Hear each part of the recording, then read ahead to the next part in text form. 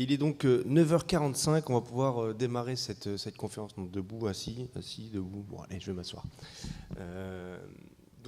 Déjà, je voudrais remercier Anne Guyot, qui est à mes côtés, d'avoir accepté le principe de cette conférence qu'on a intitulée « Comment gagner de l'argent ». On a pu mettre « Comment gagner de l'argent facile ». C'est d'ailleurs sans doute peut-être un message que vous avez vu vous-même passer si vous surfez un peu sur Internet. Un pop-up, vous allez sur un site qui vous dit venez voir, j'ai une petite vidéo, vous allez voir comment en un mois je me suis fait plus de 500 €, et qui vous explique comment gagner de l'argent facile. Bon, c'est un des mécanismes en ligne d'escroquerie classique dont on va pouvoir parler ce matin. Mais je voulais la remercier en tout cas de faire cette conférence à deux voix qui va nous permettre de brosser un peu le contour du rapport parlementaire que j'ai rendu sur les moyens mis en œuvre par l'État dans le cadre de la lutte contre la délinquance financière, puisque Anne va évidemment nous parler surtout de ce qui se passe à Bercy, aux finances, et moi je vais compléter le propos sur ce qui se passe plutôt au ministère de l'Intérieur et au ministère de la Justice, qui sont un peu les trois ministères. C'est pas les seuls, c'est pas les seuls endroits où on fait de la lutte contre la délinquance économique et financière, mais c'est les trois principaux endroits qui sont censés se coordonner pour lutter contre cette délinquance en col blanc ou pas d'ailleurs. On verra qu'il y a plusieurs niveaux. Donc voilà, déjà la remercier. Avant toute chose, vraiment, on va se dire des choses ce matin. Je vais vous expliquer comment devenir des délinquants. On va vous expliquer. Donc, n'en parlez pas.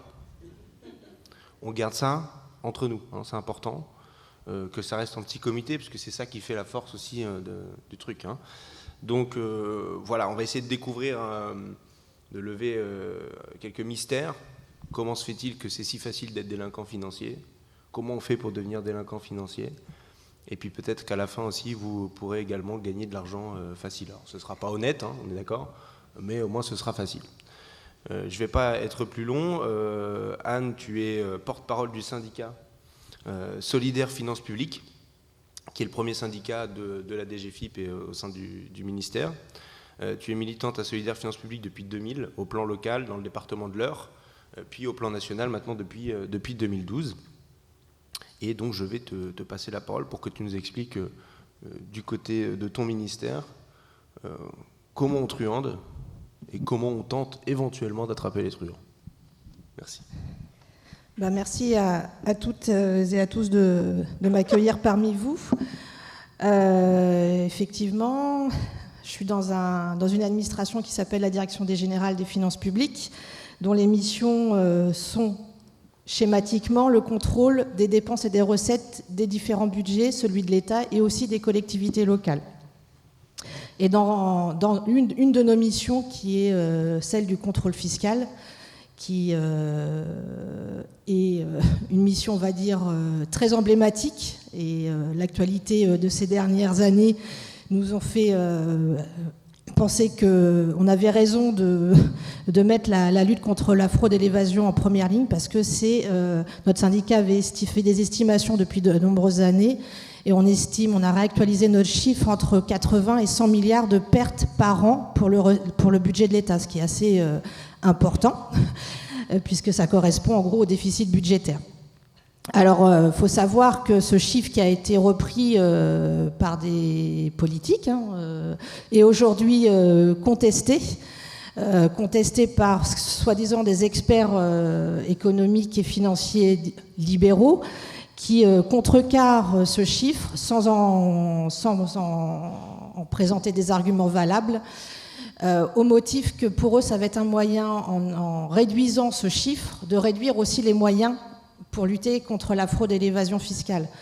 Donc on est, alors schématiquement, on est sous la tutelle d'un ministre très communicant qui est M. Darmanin.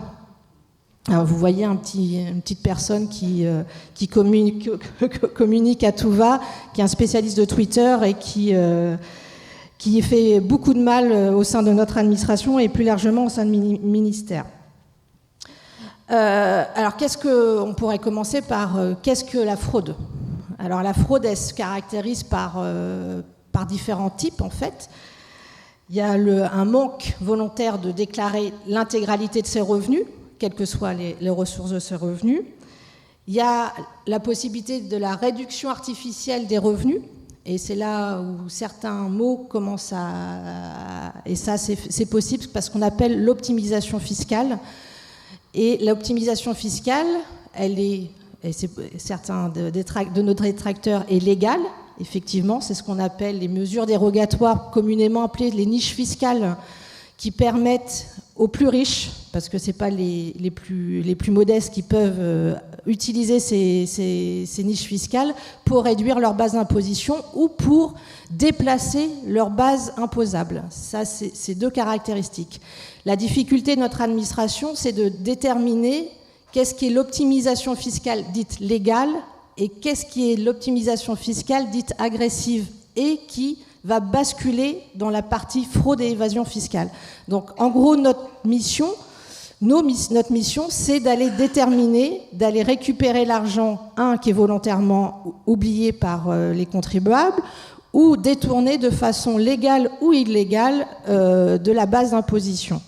Anne, excuse-moi, ceux qui ont oublié de déclarer, tu peux donner un exemple, par exemple ? Alors, je vais prendre une composition d'un foyer fiscal. Vous avez... Alors, je le dis tout de suite, vous êtes salarié, retraité, vous n'avez aucune chance de pouvoir modérer ou oublier une partie de vos revenus parce qu'on a ces informations en direct avec les employeurs. Par contre, si vous avez d'autres revenus dans votre foyer fiscal, des revenus fonciers, des revenus issus de ce qu'on appelle les bénéfices industriels et commerciaux ou bénéfices non commerciaux ou détenteurs d'actions dans un capital d'une entreprise, vous avez la possibilité d'oublier certains revenus parce que nous, on n'a pas tous ces éléments-là pour pouvoir vous faire ce qu'on appelle un redressement et aller récupérer l'argent. Donc déjà, sur ce plan-là, vous voyez qu'il y a, on va dire, une iniquité entre les différents contribuables, celles et ceux qui peuvent frauder ou optimiser, on va dire comme ça, légalement leurs revenus, et celles et ceux dont on fait la plupart je pense que dans cette salle, on est tous ou retraités ou salariés, enfin, on a des revenus qui sont connus de l'administration et qui ne peuvent en aucun cas réduire et faire oublier un montant de leurs revenus. Donc déjà, pour nous, ça veut dire qu'on a deux catégories de contribuables, ceux qui pourront avoir une potentialité de frauder et ceux qui ne l'auront pas. Juste, Jérôme Cahuzac, qui rentrait dans quelle catégorie ? Alors lui, comme il a oublié, lui, il a oublié. Alors on n'a quand même pas eu de chance dans notre ministère. On a eu deux ministres, Monsieur Cahuzac et Monsieur qui avait la phobie administrative. Je me rappelle plus son nom, Monsieur Thévenoud, qui était quand même en charge de nos administrations, qui étaient les moins exemplaires, on va le dire comme ça, en termes de déclaration de revenus. Alors, il faut savoir aussi que dans notre ministère, on a des cellules particulières pour traiter les cas dits de contribuables qui sont sur la scène soit politique ou la scène médiatique. Nous savons, on a une cellule particulière.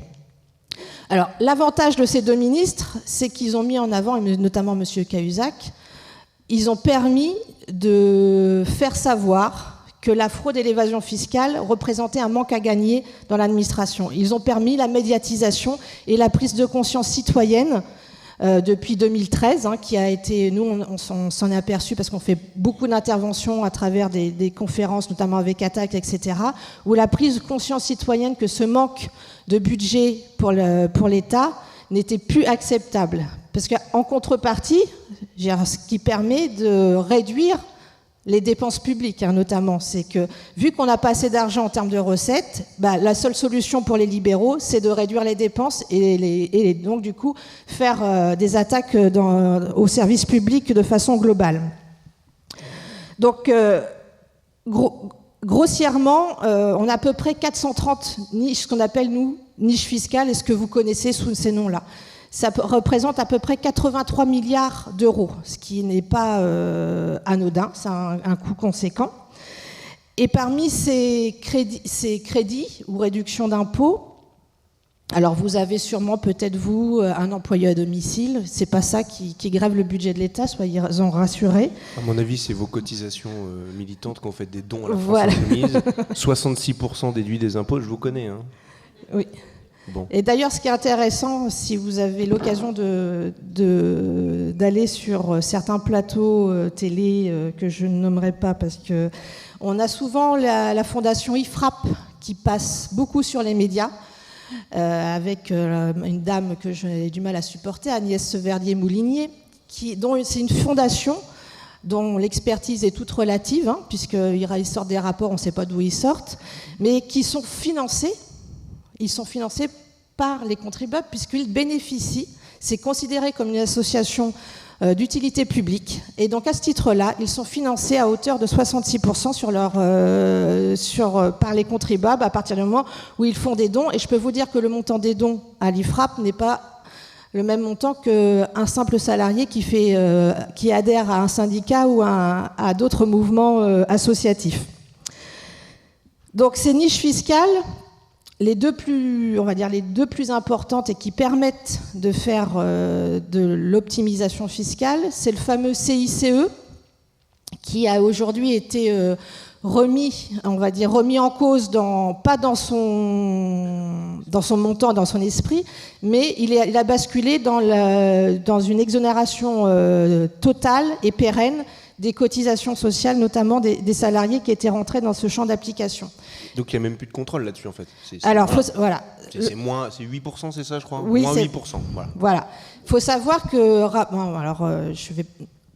je vais préciser les choses. On est un syndicat indépendant politiquement. Après, on a nos opinions et nos analyses nous permettent de dénoncer certaines choses. Le CICE, il avait été créé par M. Hollande en 2012. Et la contrepartie avec le MEDEF, c'était 1 million d'emplois. On est aujourd'hui très loin du compte, malheureusement, pour les chômeurs et les précaires.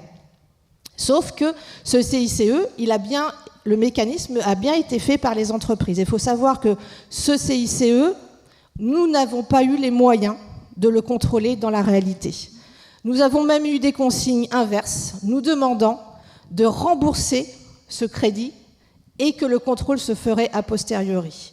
Donc voilà, à un moment donné, quand on a des politiques d'affichage, il faut savoir que si derrière on ne donne pas les moyens à une administration d'effectuer le contrôle, ce sont des milliards d'euros qui passent sans contrôle et qui sont repris. Et il faut savoir que ce n'est pas les plus petites entreprises qui en bénéficient, mais c'est bien les grosses entreprises du CAC 40 notamment qui ont pu bénéficier des plus gros montants du CICE. Le fonctionnement à plein du CICE, c'est 18, 19, 20 milliards. On est à peu près, en cumulé depuis sa création, ça représente à peu près 20 milliards d'euros. Vous voyez qu'on est sur des échelles assez importantes par rapport au budget de l'État notamment. L'autre moyen d'optimiser, puisque c'est comme ça qu'on le dit. On a de l'optimisme ici. Voilà, donc on est pour optimiser. Je vous invite à faire, si vous êtes une entreprise, à faire de la recherche et de l'innovation. La recherche et l'innovation, c'est ce qu'on appelle le crédit impôt recherche, permet aux entreprises de défalquer une partie de leur base imposable, le montant des dépenses allouées à la recherche et l'innovation. Je vais essayer de vous prendre un exemple pour être le plus concret et que ça vous parle rapidement. Je suis une entreprise lambda et qui a un secteur d'innovation, on va dire en ce moment sur le numérique ou sur la recherche scientifique, etc. Donc, à ce titre-là, j'ai engagé des salariés, notamment des ingénieurs, et donc j'ai des dépenses relatives à l'objet de ma dépense par rapport à la recherche dont j'ai fait la demande.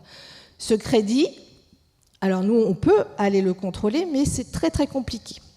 Donc, je suis en France, une entreprise en France, et je fais de la dépense. J'ai une base imposable et je vais réduire le montant de la dépense afférente à cette recherche de ma base d'imposition. Donc, ça veut dire que ma base d'imposition va se réduire.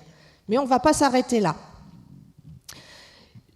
Je suis une filiale d'une entreprise, installée dans un paradis fiscal, ou même en Irlande, par exemple. Ce qui est la même chose. Ce qui est la même chose, mais bizarrement, dans la loi antifraude, ils ne font pas partie de la liste des pays, la liste noire des pays à surveiller. J'ai une filiale, ma société mère est en Irlande, donc je vais céder mon brevet à cette société irlandaise, Et pour pouvoir utiliser quand même le brevet, on va dire, de recherche, je vais payer la société via des redevances, ce qui fait que sur une même dépense, j'ai doublement défalqué la base d'imposition. Puisque, j'ai une dépense concrète qui est directement diminuée de la base d'imposition, mais en plus, j'ai une charge, j'ai une dépense, puisque je paye une redevance à l'entreprise qui est taxée à 12,5% en Irlande. Donc là, il y a un double effet qui se coule, et ces montages qui sont assez réguliers nous demandent un travail colossal, parce qu'il faut qu'on remette en cause le crédit impôt recherche, parce que là, je suis une entreprise honnête, je fais réellement de la recherche. Mais on a parce que c'est ça, alors c'est quoi de la recherche? Non, parce que si il y a quelqu'un, t'embauches quelqu'un qui se gratte la tête comme ça dans le coin toute la journée, est-ce que c'est de la recherche? Alors il faut qu'il y ait un rapport, il faut que ça passe par le ministère de l'Éducation et de la Recherche. Donc ça veut dire que moi, je passe de l'autre côté de la barrière, je suis inspecteur et je vais faire une vérification, je vais vérifier si la dépense de l'entreprise, elle est réelle. Donc là, l'entreprise, dans les dépenses liées au crédit impôt recherche, va mettre toutes les dépenses qu'elle considère liées à la recherche. Donc, il y a les salaires de l'ingénieur, mais pas que. Nous avons des dépenses, quelquefois, qui sont complètement hors champ du... Genre ces stylos, quand même. Alors, le plus souvent, ce sont des séminaires. Ah. On part en séminaire dans des lieux paradisiaques, généralement. Et, dans les paradis fiscaux ? Peut-être, pour déplacer plus rapidement les bases dans les valises. C'est sur les cours de l'évasion fiscale. Donc, nous, il faut qu'on vérifie, que cette dépense, elle est réelle.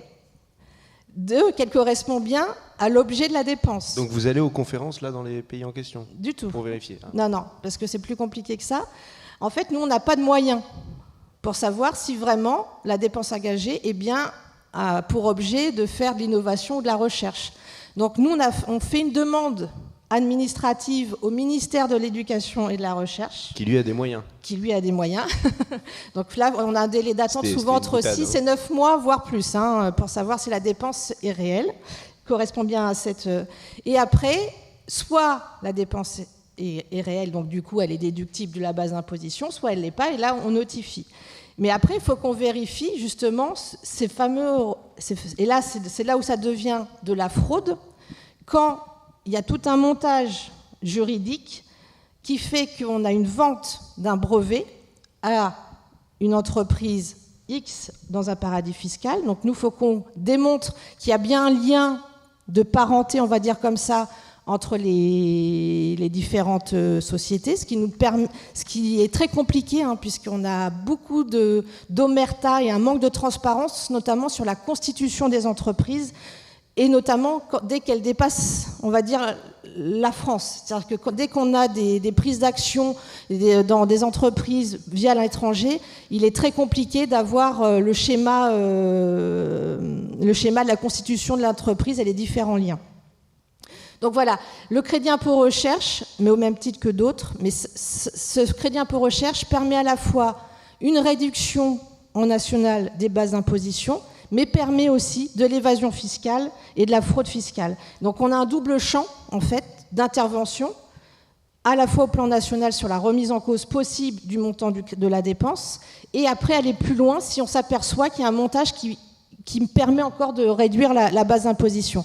Et ces mécanismes, on ne nous facilite pas les choses, en fait, dans la vraie vie de notre travail, dans notre quotidien, puisqu'on a un manque de moyens à la fois juridiques, techniques, parce qu'on a un manque de transparence, au niveau européen et au-delà, au niveau international.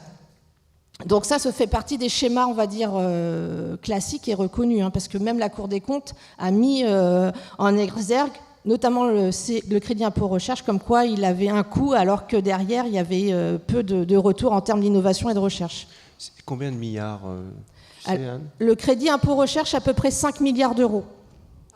Par an. Ah oui, quand je vous parle, alors c'est vrai qu'on a... C'est par an. C'est vrai que c'est des chiffres tellement importants qu'on pourrait se dire c'est sur une période... Non, tout ça, ce sont des dépenses annuelles. Les 20 milliards d'euros, par contre, du CICE, c'est le cumulé depuis la création, en 2012, du crédit impôt dédié, quoi. Donc voilà, ça, c'est 5 milliards d'euros par an. Et la Cour des comptes, qui n'est pas toujours, on va dire... alors il paraît que c'est filmé, donc je vais mettre beaucoup de guillemets, qui n'est pas toujours objective, a fait état de ces dépenses, a fait un état des lieux en fait, de certaines dépenses qui ne sont pas conformes à l'objet de départ et qui représentent, par manque de contrôle, des dépenses illégitimes et illégales. J'ai entendu dire d'ailleurs que la France était un peu une sorte de paradis fiscal pour l'innovation et la recherche du fait de ce crédit d'impôt recherche. C'était un outil particulier voilà. Qui n'est pas forcément dans d'autres pays européens. Tout et à que l'heure, là-dessus, on est les fleurons, hein, voilà. D'accord ? Il faut que vous le sachiez. On est bon. Et alors tout à l'heure, tu parlais de petits spots qui pouvaient arriver sur comment payer moins d'impôts, etc. Il faut savoir qu'aujourd'hui, mais ça ne date pas d'aujourd'hui, hein, on a des sociétés, des sociétés de conseil qui se développent de plus en plus, qui préparent en fait tous ces montages juridiques à l'avance. C'est-à-dire que si vous êtes un individu, un particulier ou une entreprise et que vous souhaitez réduire votre impôt en France, eh ben, il y a des sociétés qui sont souvent dans des paradis fiscaux. Hein. Les îles Jersey, notamment, on a un tas de conseillers qui ont leur domiciliation à l'île Jersey. Quand on voit la réalité, l'île Jersey n'est pas assez grande pour accueillir le nombre de salariés, notamment des entreprises qui bénéficient de l'optimisation et de la fraude fiscale. Donc, on a un certain nombre de sociétés qui préparent des clés en main de montage juridique pour optimiser et frauder le fisc ou l'État globalement. Alors, on a un ministre, hein, je vous parle, Monsieur Darmanin, qui se fait beaucoup l'écho de vouloir lutter contre, notamment, il a sorti son fameux plan antifraude, dans lequel il y a des choses intéressantes, mais dans lequel on a une absence de moyens. On a une politique d'affichage, mais derrière cette politique, on n'a pas les moyens réels de lutter contre la fraude. Et notamment dans cette loi, il prévoit de pénaliser, de sanctionner les sociétés intermédiaires qui permettent les montages juridiques. Après, nous, on s'interroge de comment on va aller contrôler ces sociétés, parce qu'à un moment donné, il faut des moyens à la fois techniques, je vous le disais, mais aussi des moyens humains, et je reviendrai sur l'état de notre administration. Je me permets de te couper 2 secondes. J'ai tapé sur Google la optimisation fiscale, crédit, impôt, recherche. Donc vous avez 3, autant que ce soit utile hein, pour nous toutes et nous tous, ceux qui veulent mobiliser, optimiser le crédit, impôt, recherche. Donc vous avez Optimal Gestion, optimal-gestion.com, qui vous propose la mobilisation du crédit, impôt, recherche. Vous avez Sogedev, SOGEDEV, c'est la deuxième annonce hein, sur Google, qui vous aide à optimiser et sécuriser votre demande de CIR. Qui vous fait la rédaction et qui aide aussi pour le contrôle, éventuellement, hein, c'est marqué. Voilà. Et des audits de vos projets R&D. Alors les audits de projets R&D, si on vient dans l'entreprise et on dit « Regardez, lui là-bas, il se gratte la tête. À mon avis, c'est de la recherche, innovation, développement qu'il est en train de faire. Il faudrait mettre son salaire dans le calcul du crédit impôt recherche qu'ensuite vous allez soustraire de la base sur laquelle vous allez payer des impôts. » Okay, donc voilà, il y en a un troisième, mais bon, on ne va pas faire trop de publicité non plus pour la concurrence. Voilà. Prenez cette conférence comme quelque chose de gratuit, de conseil, un conseil gratuit. Voilà. Donc en gros, voilà, vous avez vu un peu les types de fraudes sur lesquels on doit agir, nous. Le manque de déclaration volontaire du contribuable qui ne déclare pas tous ses revenus, une réduction artificielle des revenus par des moyens légaux ou illégaux, mais là c'est à nous, parce que là aussi c'est à nous de démontrer, d'apporter les preuves de tout ça. Donc c'est très compliqué pour nous d'intervenir et de faire ces... Il n'y a pas de cabinet de conseil Non, le seul conseil qu'on ait, c'est celui de M. Darmanin, et on doit avouer qu'il n'est pas des meilleurs pour nous. Enfin bref. Faut savoir aussi que on s'inscrit dans un cadre international, dans une économie mondialisée, et pour nous, c'est une difficulté supplémentaire. Parce qu'il faudrait, pour lutter efficacement ou aider les plus riches, il faudrait avoir les moyens nécessaires à une coopération entre les États au niveau européen, mais aussi au niveau international. Et on s'aperçoit que cette coopération, elle est très difficile à avoir. Et notamment, les affaires du Panama Papers ont mis en exergue les difficultés de la coopération entre les États. Parce que nous, on perd de l'argent, mais il faut savoir que dans les pays aussi qui accueillent en fait l'évitement de l'impôt, ce n'est pas les populations qui en bénéficient. Malheureusement, ce sont les plus riches qui ne sont pas installés physiquement dans ces pays qui en bénéficient. Donc, il faudrait, dans un premier temps, déjà, notre syndicat faire un état des lieux sur les différentes niches qui existent. Le coût de ces niches et ce qu'elles rapportent à l'État. À l'État, et quand je dis l'État, ce n'est pas un rapport tout le temps financier. La recherche et l'innovation n'est pas opposée, bien au contraire. Mais il faut qu'elle soit réelle et qu'elle soit efficace. Or, on s'aperçoit, on est toujours un peu détractant en disant qu'on manque d'innovation en France et en recherche, et ce crédit d'impôt recherche ne permet pas, de façon réelle, une recherche et une innovation. Je pense que la meilleure recherche et innovation, ça serait qu'elle soit financée de façon publique. Et là, en plus, on fait rentrer de l'investissement privé dans la recherche. Donc bref, je ne vais pas m'étaler sur ce plan-là. Du coup, les universités, elles bénéficient du crédit d'impôt recherche? Pas du tout. J'aurais essayé. Pas du tout, parce que c'est l'entreprise qui fait la dépense qui en bénéficie. Voilà, faut bien. Alors après, on va nous dire, c'est les premiers de cordée, que ça va redescendre. Voilà, c'est le même principe. Donc tout ça, ça a des dégâts. Cette fraude, cette évasion fiscale, légale ou illégale, elle a des dégâts à la fois sur l'économie d'un pays, où qu'il soit, parce que, comme je vous disais, même les pays qui ont une fiscalité, on va dire, favorable aux plus riches, elle ne bénéficie pas à l'ensemble de la population de ces pays-là. En France, je vous le disais tout à l'heure, le fait qu'on ait ce manque d'argent permet aux politiques qui étaient jusqu'à présent en place, et celui-ci, malheureusement, je pense que c'est l'apothéose, permet d'avoir une politique de réduction budgétaire drastique et qui contraint aujourd'hui les services publics à une portion congrue. Donc ça permet, c'est pas théorique, c'est du concret, puisque malheureusement on est dans cette réalité-là aujourd'hui. Elle crée on est aujourd'hui dans tout le monde a pris conscience, semble-t-il, sauf certains politiques de l'urgence climatique. Ce manque d'argent, il pourrait être investi sur des politiques pour la transition écologique, notamment. On pourra récupérer, parce que ceux qui polluent aujourd'hui, alors nous, on a des gestes individuels, je pense que la prise individuelle est importante, mais ceux qui polluent aujourd'hui, ce sont les entreprises qui ont la place première sur le plan international. Donc on ne peut pas les contraindre. Les moyens de contrôle sont de plus en plus limités, et ça, il n'y a pas qu'en France. Nous, on travaille avec d'autres syndicats européens notamment, où on s'est aperçu que toutes les administrations en charge du contrôle, que ce soit le contrôle fiscal, que ce soit le contrôle, par exemple, à ce qui correspond à la DGCCRF sur la santé, etc., sont des administrations qui ont été ciblées depuis plus de 10 ans maintenant, avec une réduction de moyens conséquents. Donc c'est pas par hasard. Et ça se passe partout.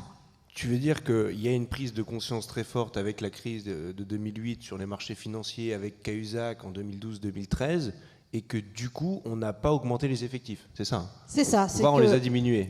On les a bien diminués. Il y a une actualité sur le sujet, d'ailleurs, tu nous en parleras tout à l'heure. Ouais, je fais un petit point, effectivement. Et donc, on s'aperçoit que cette volonté politique, elle est pas qu'en France, elle est européenne et voire internationale. Et quand on discute avec nos camarades de d'autres syndicats au niveau européen, la Belgique, l'Allemagne, etc., on s'aperçoit qu'ils sont dans le même schéma de réduction de moyens efficaces en termes humains, mais aussi budgétaires.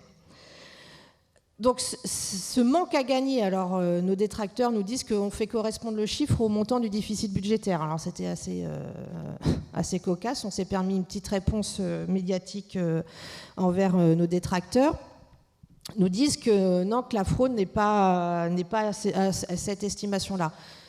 Alors nous on a dit on veut bien que vous apportiez d'autres chiffres, parce qu'il faut savoir qu'il y a une certaine omerta en interne sur le montant, sur les moyens pour déterminer le chiffrage en fait. On s'aperçoit qu'on a de moins en moins de moyens de chiffres en fait, et grâce aux parlementaires notamment et aussi à la Cour des comptes, on arrive à avoir des données qui nous permettent de faire des extrapolations qui ne sont pas des extrapolations qui viennent d'un chapeau comme ça. On a travaillé avec des statisticiens, etc., pour amener à ce montant de chiffrage de la fraude.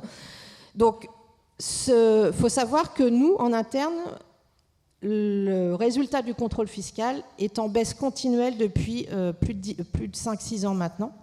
Tu veux dire qu'il y a moins d'argent qui rentre? Tout à fait. Contrôle fiscal, Ouais. C'est ça. Pour vous donner aujourd'hui, pour 2018, on avait 15 milliards d'euros qui étaient rentrés dans les caisses de l'État via le contrôle fiscal. Quand on fait la proportion aux 80-100 milliards, vous voyez bien qu'on est loin, très très loin des objectifs qui sont attendus par la population. Le sentiment qui a transpiré et qui, je pense, va continuer de transpirer parce qu'aucune politique est volontariste, sur le sentiment du mouvement dit des Gilets jaunes, sur le sentiment d'injustice fiscale, d'injustice sociale, elle vient en partie de ça. Parce que les plus faibles ne peuvent pas déroger à la règle, on va le dire comme ça, ils n'ont pas les moyens. Les plus riches peuvent, eux, facilement et légalement, pour certains moments, déroger à la règle fiscale. Donc, nous, l'enjeu aujourd'hui, quand on voit qu'on est à 15 milliards, donc nous, on alerte en interne en disant « mais attendez, il nous faut des moyens ». Bon, bien sûr, on est pour l'instant peu entendu. Alors, il y a eu un effet au cours des 10 dernières années, vous avez dû entendre parler ce qu'on appelait nous en interne la cellule grise de dégrisement, le service de régularisation, le STDR, qui a permis de récupérer un certain nombre de montants d'avoirs étrangers de résidents français. Alors, nous, on était plutôt favorables, plus on récupère d'argent, mieux c'est pour les caisses de l'État. Faut savoir que ça a permis de gonfler artificiellement, parce qu'ils ont inclus ça dans les résultats du contrôle fiscal, alors que ce sont des régularisations. On n'est pas dans le même schéma de contrôle. Là, on régularise une situation. Par contre, ce qu'on a découvert via ce rapatriement des avoirs fiscaux, c'est qu'on a pu déterminer des montages frauduleux, en fait.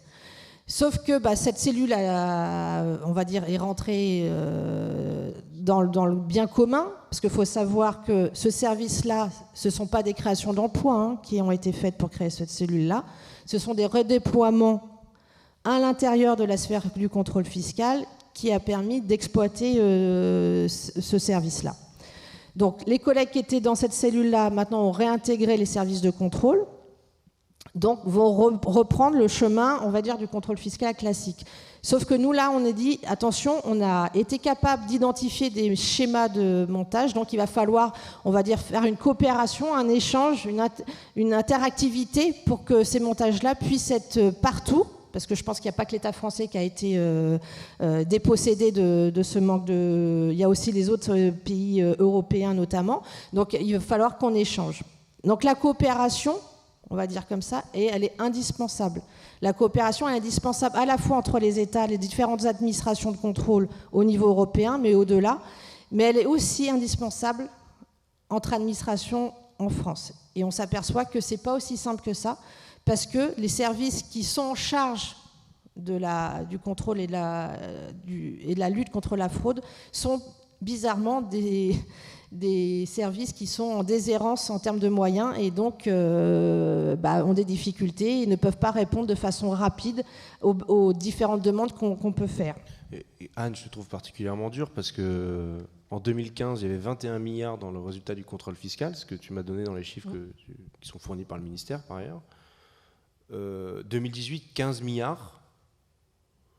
C'est qu'il y a moins de fraudeurs. Je trouve particulièrement pessimiste quand même. Alors ouais, les gens se comportent mieux, on va pas se plaindre. Effectivement, c'est tout. Là, ce que tu viens de dire, c'est ce que le ministre. Le ministre, voilà. Et quand je vous dis, j'avoue, j'ai placé. C'est ce que nous dit. En fait, l'objectif de ce ministre, ça va être de réduire le chiffrage de la fraude. Pour dire, vous voyez, il y a moins en moins de fraudeurs, on est efficace, donc on n'a pas besoin d'autant de moyens. Voilà, c'est ça, ça va être son cheminement. Bon, après, on sait d'où il vient. Et en plus, le verrou de Bercy a sauté, partiellement, comme vous savez, etc. Il y a une police fiscale qui est créée au ministère. Parce qu'il communique sur deux angles. Il a, alors il ne faut pas que je perde son analyse, je ne voudrais pas qu'il m'attaque en diffamation. Si tu veux, je le dis, il ne pourra pas. Il a créé un plan antifraude sur lequel nous, on avait des sujets sur la création de la police fiscale. Nous, on était preneurs et ça fait longtemps qu'on l'a demandé. Mais avec quels moyens ? Parce que là aussi, on n'a pas eu de création d'emplois. Alors, dans les médias, vous voyez la police fiscale, 50 emplois d'inspecteurs qui vont faire que de la recherche d'informations, qui vont aller détecter, qui vont aller faire comme la police, faire des interventions, etc., qui auront les mêmes moyens en termes de justice. Sauf que ça, c'est faux, puisque on n'est pas en création, nous, on est en déficit d'emploi. Tous les ans, on prend des vagues de suppression d'emplois. Un chiffre assez simple, 37 000 suppressions d'emplois dans notre administration depuis 2002. On est une population de 104 000. On dit on est une population en voie de disparition, ce qui est très peu. Et quand je vous dis 104 000, on n'a pas que le contrôle fiscal comme mission. Donc voilà. On a perdu en nombre d'agents sur le contrôle fiscal 3 100 emplois depuis 2009. Donc ça, ce sont des agents qui sont en lien direct avec le contrôle fiscal. Donc, M. Darmanin crée cette police fiscale. Nous, on dit OK, mais il lui faudra des moyens humains. Je veux dire, c'est pas 30 gugus sur toute la France qui vont pouvoir aller de façon efficace lutter contre la fraude et l'évasion fiscale. Mais la fraude, le contrôle fiscal, il est issu, en fait, pour nous, le contrôle fiscal, il vient à terme d'un process de travail. Et aujourd'hui, le début de la chaîne, on va dire comme ça, de ce process de travail qui permet ce qu'on appelle chez nous la programmation est en déshérence, faute de moyens, parce qu'on est sur un mécanisme que beaucoup d'entreprises privées, mais aussi d'autres services publics connaissent, et qu'on est sur un mécanisme de dématérialisation outrancière, et du coup on a une perte de repères des collègues, parce que les process de travail sont en changement constant et avec des outils complètement différents de ce qu'il y avait il y a 20 ans, comme moi j'ai commencé. Ça fait qu'on a une baisse de la programmation réelle, des agents qui sont en souffrance parce qu'ils voient qu'ils ne font pas le même travail qu'ils faisaient il y a 10 ou 15 ans et qui perdent leur technicité. Mais après, tout ça c'est calculé, c'est volontaire.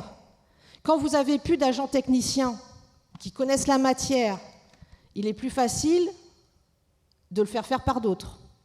Et quand je dis de faire par d'autres, ça veut dire pas spécialement des fonctionnaires. Et nous, en tant que fonctionnaires, on a des règles, on est liés à la déontologie, on a des règles basiques et qui doivent nous permettre d'être le plus objectif et le plus équitable dans le traitement des citoyens.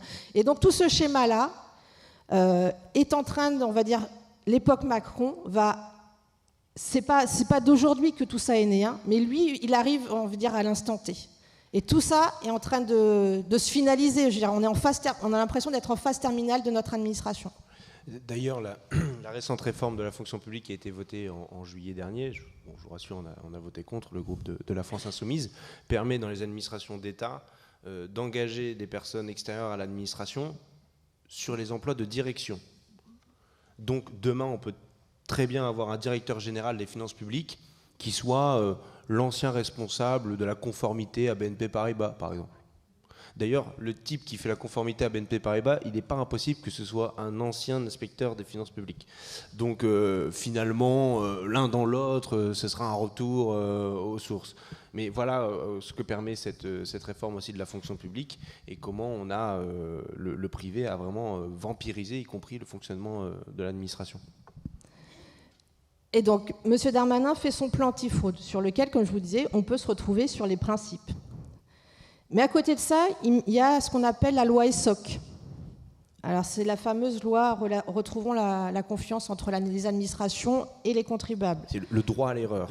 Voilà, le OUPS. C'est comme peut-être ça que tout le monde ne connaît pas. OUPS, on peut peut-être expliquer. Oui, alors le OUPS. .gouv.fr. C'est. C'est pas une blague, hein. Non, c'est pas une blague, parce que nous, au début, quand on a vu le truc sortir, on a cru que c'était une blague. Ils nous l'ont pas fait comme ça, quand même. Et si, on a le oups. Si. Ah, je me suis trompée. Ah, je vais donc aller le dire. Alors, il faut savoir que ce droit à l'erreur... Rigolez pas, c'est vrai. Oh. Ce droit à l'erreur, il existait auparavant dans notre administration. On a un seuil de tolérance, on a une bienveillance en tant qu'agent des finances publiques. Hein. On n'est pas des gros chiens en meute et puis on se jette sur tout ce qui n'est pas légal.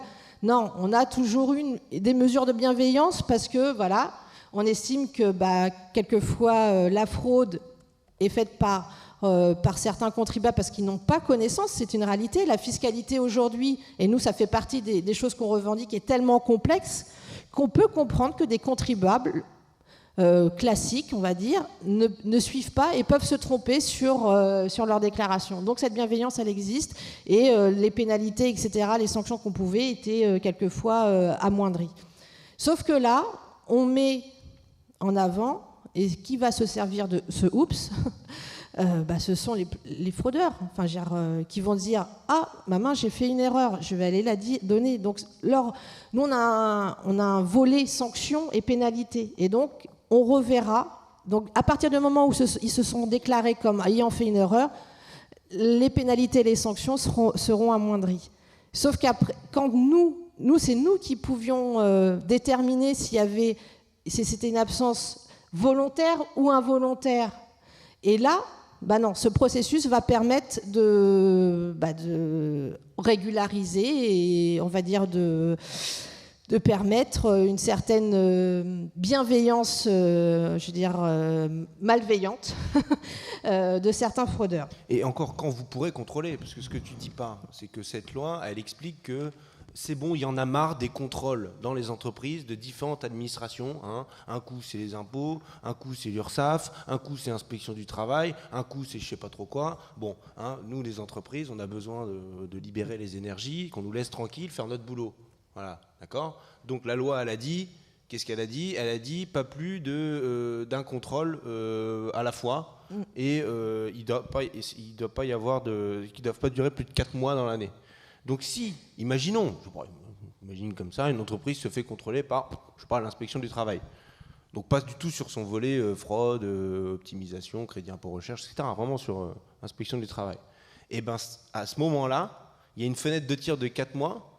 S'il y a 4 mois qui sont passés, que ce contrôle a eu lieu et qu'eux, ils débarquent après pour aller chercher s'il y a de la fraude, l'entreprise dira non, la loi, elle a dit, arrêtez de m'emmerder là. C'est bon, j'ai déjà eu un contrôle de je sais pas qui, ok, c'était pas vous, mais je m'en fiche. Donc vous repasserez l'année prochaine ou dans 2 ans quand vous aurez réactivé la possibilité de contrôler. Donc pour une entreprise qui se fait contrôler par une des administrations, elle sait qu'elle est à peu près tranquille, enfin elle est sûre d'être tranquille d'ailleurs, vis-à-vis des autres administrations pour un petit bout de temps. Pour vous expliquer, alors nous les collègues, ils ont des retours, on a des retours des collègues sur le terrain qui est assez, on va dire, ils sont perdus et écœurés. Parce qu'on peut prendre plaisir à faire du contrôle fiscal, même si ça peut dérouter certains d'entre nous. Chasser les riches et récupérer voilà, des sous pour les impôts, c'est... Voilà, on peut prendre plaisir. Et je pense que beaucoup de mes collègues sont dans ce sens-là, c'est qu'ils ont accordé à cette mission une mission régalienne et une mission de justice sociale au travers de leur mission. Vous avez un intéressement, du tout. honnêtement, quand du vous tout. occupez. Du tout. Non. Alors par contre... En plus, c'est parce qu'ils ont une haute estime de l'intérêt général. C'est même pas pour eux, quoi. Non, si certains croient qu'on ne paie pas d'impôts et qu'on est payé en fonction de Alors nos... qu'EDF, non, Non. Et je peux vous dire en termes d'exemplarité, c'est que nos dossiers personnels sont contrôlés tous les ans et épluchés de façon assez concrète. Donc nous, en même temps, on n'a pas les moyens de frauder puisqu'on reste des fonctionnaires de catégorie B, C et A, on commence à 1 200 € pour la catégorie C. Vous voyez qu'on va pas bien loin. Donc cette loi ESSOC, elle dévie en fait le sens du contrôle fiscal. Elle va changer la nature du contrôle fiscal, puisqu'on nous considérait comme intrusifs, et là il va falloir qu'on soit bienveillant. Et pour ça, il y a différents moyens mis dans ce cadre de cette loi ESSOC. On a parlé de la limitation des durées d'intervention. Alors il faut savoir que quand on va vouloir faire, c'est le préfet, parce qu'on va être sous la tutelle du préfet qui donnera l'autorisation à différentes administrations d'intervenir au même moment dans un délai imparti. Quand on vous parle de 3 mois, nous, c'est le délai moyen d'intervention dans une entreprise. On a aussi ce qu'on appelle la garantie fiscale. La garantie fiscale va permettre aux contribuables, particuliers ou entreprises, de demander à l'avance à l'administration de se positionner sur certains de leurs montages, on va dire comme ça, pour le faire simple. Et cette garantie leur sera opposable à l'administration. Et à la loi. Et à la loi. Donc voilà. Ensuite, on a ce qu'on appelle... donc, on vous parlait de OUPS et de permettre la réduction des sanctions et des pénalités une fois que vous avez fait OUPS. Je me suis trompée. Rappel, oups.gouv.fr, vous notez. Et on a aussi... quelque chose qui, alors pour nous, qui est assez... c'est l'intervention des commissaires aux comptes dans les entreprises. Vous savez que les commissaires aux comptes sont obligatoires en fonction d'un seuil de chiffre d'affaires des entreprises. Ces commissaires aux comptes, ils sont là pour surveiller, on va dire, de façon comptable, la bonne tenue des comptes de l'entreprise. Et là, on va leur faire jouer un rôle. C'est eux qui vont nous dire... si l'entreprise est correcte ou incorrecte par rapport à la loi fiscale. C'est-à-dire qu'eux vont faire un pré-contrôle quand ils vont examiner les comptes de l'entreprise et nous donneront un certificat de conformité pour l'entreprise. Donc vous n'aurez pas besoin d'aller contrôler. Voilà, dans lequel nous... C'est super. Alors, il faut savoir, on a rencontré à certains moments, on a échangé avec certains présidents de commissaires aux comptes qui ne sont pas ravis de ce sujet-là, parce qu'eux, ils vont être responsables. C'est-à-dire que si nous, malgré tout, la garantie, on s'aperçoit qu'il y a quand même une fraude, on va y aller, jusqu'à ce qu'on nous en empêche, mais on va aller voir. Et si jamais on a des montants à rappeler, les commissaires en compte seront aussi responsables. Donc ils ne sont pas très favorables, mais je pense qu'il y a des intérêts qui nous dépassent. Là aussi, il y a des lobbies qui doivent jouer. Donc ils vont rentrer dans ce schéma-là. Donc nous, c'est... et on a aussi une autre disposition. Comment il faut qu'on soit moins intrusif ? Il va falloir qu'on développe ce qu'on appelle, nous, l'examen de comptabilité à distance. C'est-à-dire qu'on ne va plus aller dans les entreprises. On va demander aux entreprises, via notamment tous les moyens de dématérialisation, de nous fournir l'ensemble de leur comptabilité ou des factures sur lesquelles nous on pointe des anomalies, donc de façon dématérialisée. Mais il faut savoir, par exemple, si je suis une entreprise B, C, et que je fais un investissement à un moment donné, donc il y a une dépense au niveau comptable qui est engagée, qui est fiscalement amortie et qui est donc déductible du bénéfice imposable. Le fait, par exemple, si c'est une grosse machine, le fait d'aller dans l'entreprise nous permet de constater que l'entreprise, qu'il y a une grosse machine dans l'entreprise. On ne va pas dans l'entreprise pour le plaisir d'aller prendre le café avec le responsable de l'entreprise. C'est qu'à un moment donné, on est formé aussi pour ça, pour comprendre l'activité économique de l'entreprise, pour voir si les investissements qui sont faits par cette dernière sont une réalité ou pas une réalité. Donc, et globalement, la plupart du temps de nos contrôles fiscaux se passent correctement.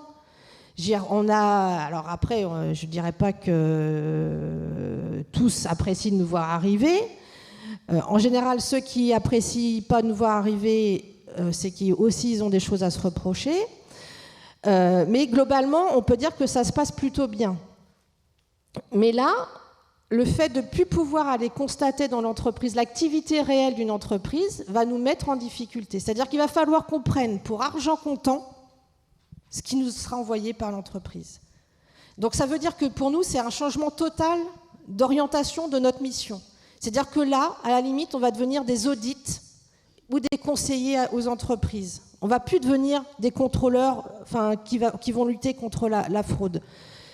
Et après, alors moi j'ai souvent le débat. Pour rentrer dans la modernité, dans le numérique, c'est ça. Alors moi le numérique, c'est innovant comme dispositif.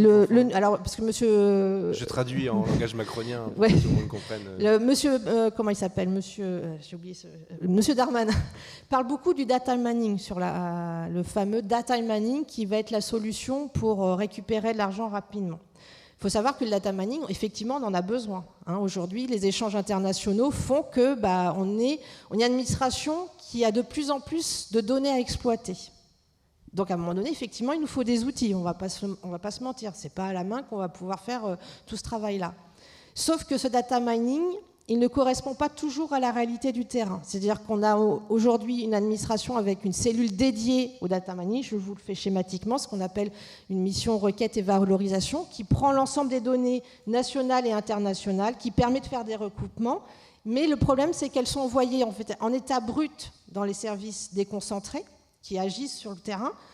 Et quand les retours qu'on a de nos collègues disent « mais en fait, ça ne correspond pas à notre réalité du terrain ». Parce que là, la difficulté, c'est qu'on vise, alors je ne dis pas qu'il ne faut pas les viser, ce n'est pas ça mon intention, mais on va viser une partie des entreprises.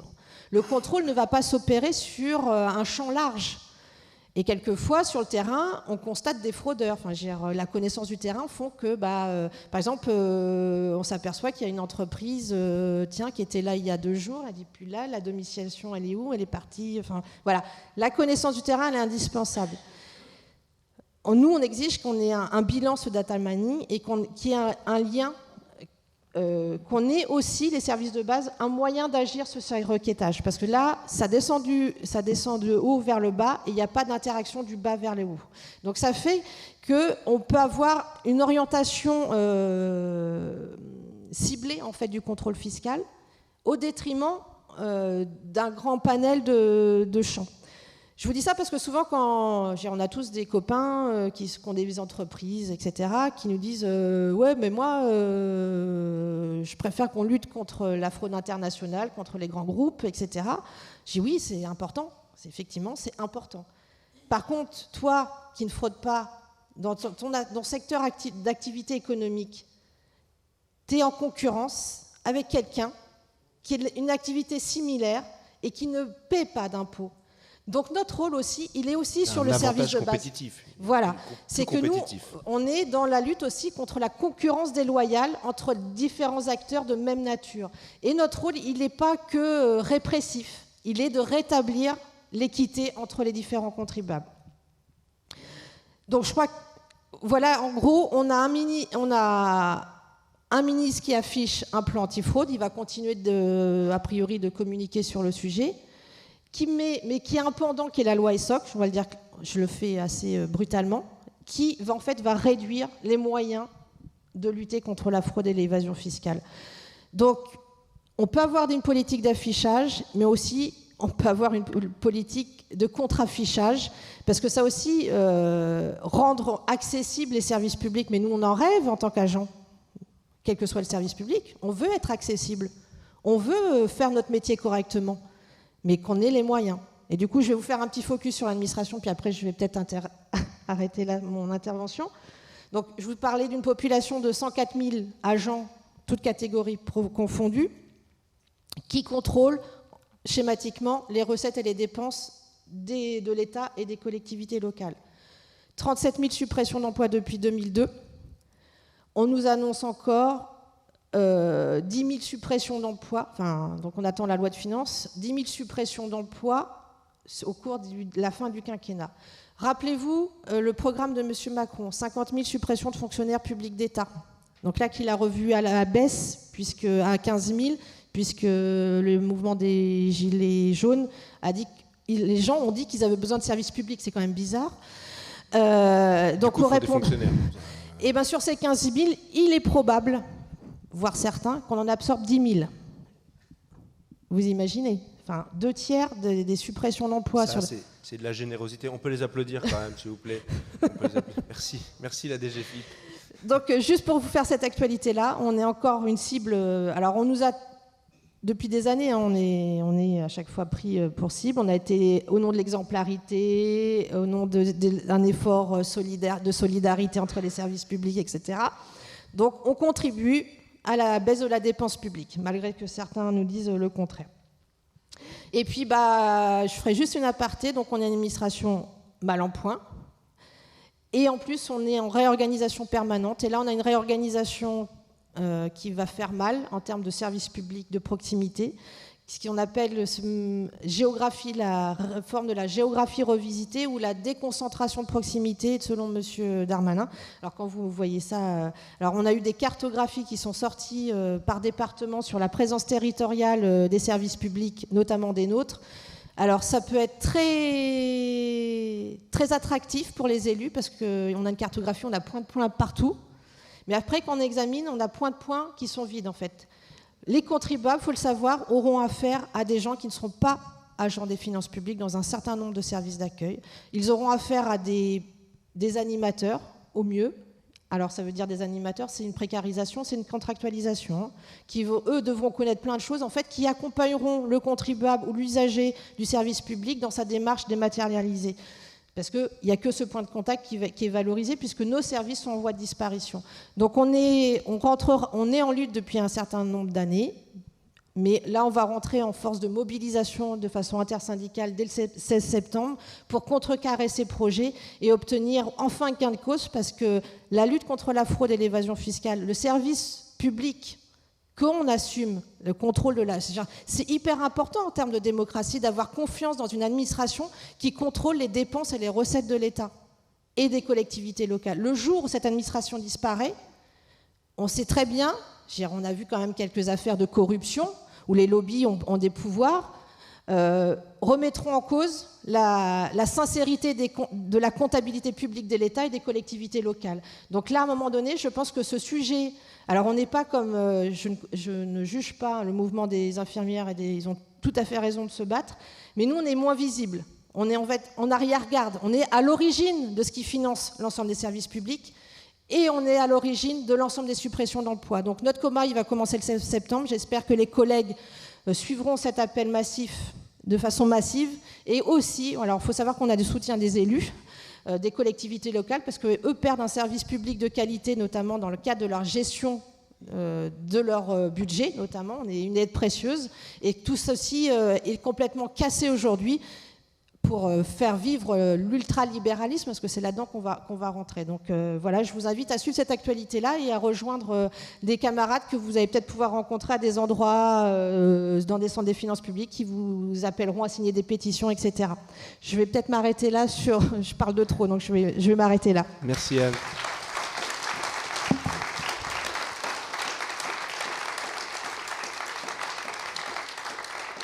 Bon, je vais compléter sur quelques exemples concrets, parce que Anne vous a dit tout à l'heure, si vous êtes retraité, si vous n'avez pas de pognon déjà actuellement, c'est un peu compliqué pour vous d'optimiser, hein, du côté fiscal. Vous n'allez pas pouvoir gratter grand-chose. Donc on va aller voir ailleurs. Et je vais vous donner d'autres techniques pour vous enrichir directement, hein, en partant de rien. Bon, alors du coup, c'est pas comme avoir de l'argent et optimiser, c'est un peu plus... C'est beaucoup moins légal, hein, quand même, mais bon, ça fonctionne pas trop mal. Donc je vais vous donner par exemple un premier cas concret. Le point de départ d'un certain nombre de fraudes, c'est l'usurpation d'identité. L'usurpation d'identité, donc c'est prendre l'identité de quelqu'un d'autre pour faire des démarches. C'est pas si compliqué que ça. Okay, alors je vous donne une des astuces, mais si vous réfléchissez bien, il y en a d'autres. Par exemple, vous mettez une annonce sur Le Bon Coin. Vous voyez Le Bon Coin, site d'annonce en ligne. Vous mettez une annonce comme quoi vous louez un logement qui n'existe pas. On s'en fout, vous mettez une rue, peu importe. Et donc, vous mettez le loyer, tout confort, commodité, proche métro, tout ce que vous voulez. Et mettez dans une autre ville à l'autre bout de la France, hein, par rapport à là où vous habitez, on s'en fiche. Peu importe. L'important, c'est que quelqu'un va répondre à l'annonce. Vous la mettez suffisamment alléchante en termes de tarifs pour que quelqu'un réponde quand même. Hein, déconnez pas. Parce que, bon. Et là, vous demandez, comme tout le monde le fait, vous demandez à la personne, vous dites écoutez, moi je ne prends que les offres, les propositions sérieuses. Je reçois beaucoup de messages. Donc merci de m'envoyer votre pièce d'identité, vos 3 dernières fiches de paye et votre avis d'imposition, hein, pour le logement. Vous récupérez les documents. Évidemment, vous n'avez pas de logement à louer, vous en tapez, vous supprimez l'annonce. Bon, passez quand même par un VPN, ce qu'on appelle un VPN, pour avoir une fausse adresse IP, ou faites ça dans un cybercafé où il n'y a pas de caméra, parce que quand même, bon. Mais normalement, on ne devrait pas trop vous inquiéter. Mais bref, là, vous avez une pièce d'identité, vous avez les 3 dernières fiches de paie et les revenus. Avec ça, vous pouvez faire un certain nombre de choses, très facilement. Déjà, ouvrir un compte en ligne. Alors, pensez bien quand même sur Photoshop, essayez de faire un peu propre quand même, mais vous changez l'adresse, mais vous laissez le nom, vous laissez tout le reste bon, la photo, le nom, machin, mais vous changez juste l'adresse quand même. Vous mettez soit une adresse bidon, mais pas une adresse bidon où il y a quelqu'un qui existe vraiment, une adresse qui n'existe pas, ou alors même vous ouvrez une truc postal quelque part. Bon, débrouillez-vous pour l'adresse. De toute façon, les banques n'ont pas les moyens de contrôler votre identité. Bon, je vous donne la petite astuce, elles ne peuvent pas contrôler votre identité. Alors, ils ont des formations pour détecter les fausses pièces, etc. Mais quand vous ouvrez un compte en ligne, c'est plutôt automatique, quoi, le truc. Hein. Vous savez que dans l'affaire Benalla, quand il a ouvert un compte en ligne, ça a été mis par Mediapart, pour ouvrir sa société. Pour ouvrir sa société, c'était ça. Donc, c'est dématérialisé aussi. Il y a 3 fois la même signature, avec des noms différents. Ils se sont rendus compte qu'après, parce que comme c'est un truc semi-automatisé, qu'on n'a pas le temps, qu'il n'y a pas d'argent pour contrôler, etc. Bon, voilà. Donc là, vous avez votre compte en ligne. Prenez-le dans un pays étranger. De toute façon, avec l'interbancaire, ce sera des euros, vous pouvez retirer. En Allemagne, vous prenez les comptes N36. 26, 36, je ne sais plus. Vous prenez ça, vous mettez sur Google. Hein, donc là, vous avez votre compte. Et bien, avec ça, avec ces mêmes documents, vous pouvez faire aussi un crédit à la consommation. Vous avez besoin de 8 000, 10 000 euros en ligne. Faites ça en ligne. Il faut la pièce d'identité, 3 derniers revenus, fiche d'impôt. Le pognon arrive sur le faux compte.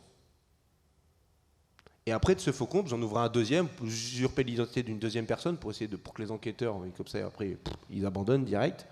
Vous passez par une autre banque en ligne et vous allez retirer les sous au distributeur. Ou prenez un distributeur, il n'y a pas de caméra. Il y en a beaucoup où il n'y a pas de caméra, donc voilà. Okay, là, vous avez un premier schéma de fraude assez simple. Et d'ailleurs, j'ai eu à connaître du coup, un schéma où les types achetaient des voitures. C'est les policiers à Lille, quand on allait les voir, qui nous a expliqué ça. Donc, schéma, usurpation d'identité, etc. Vous pouvez acheter une voiture en ligne en faisant le crédit en ligne et aller chercher le véhicule dans la concession. D'accord ? Donc, ils avaient fait ça, ce que je suis en train de vous dire. Sauf que les voyous, ils ont oublié de changer l'adresse. Dans une de leurs démarches, ils ont mis la vraie carte d'identité au lieu de mettre celle où vous avez changé l'adresse.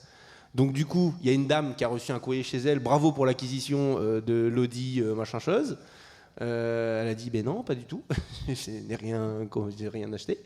Et elle a eu le réflexe d'aller voir les policiers qui, eux, ont mis un peu en stand-by le truc pour choper les gens le jour où ils allaient retirer le véhicule à la concession. Okay, mais là, c'est juste un coup de bol.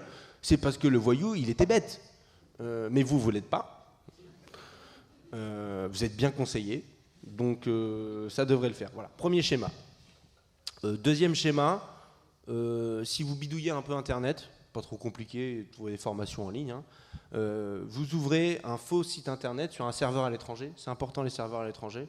Prenez un pays, je sais pas moi, en Asie, en Afrique, enfin loin, avec lequel la coopération n'est pas évidente. Mais déjà en Europe, la coopération n'est pas évidente, alors dites-vous que quand on sort de l'Europe, c'est terminé.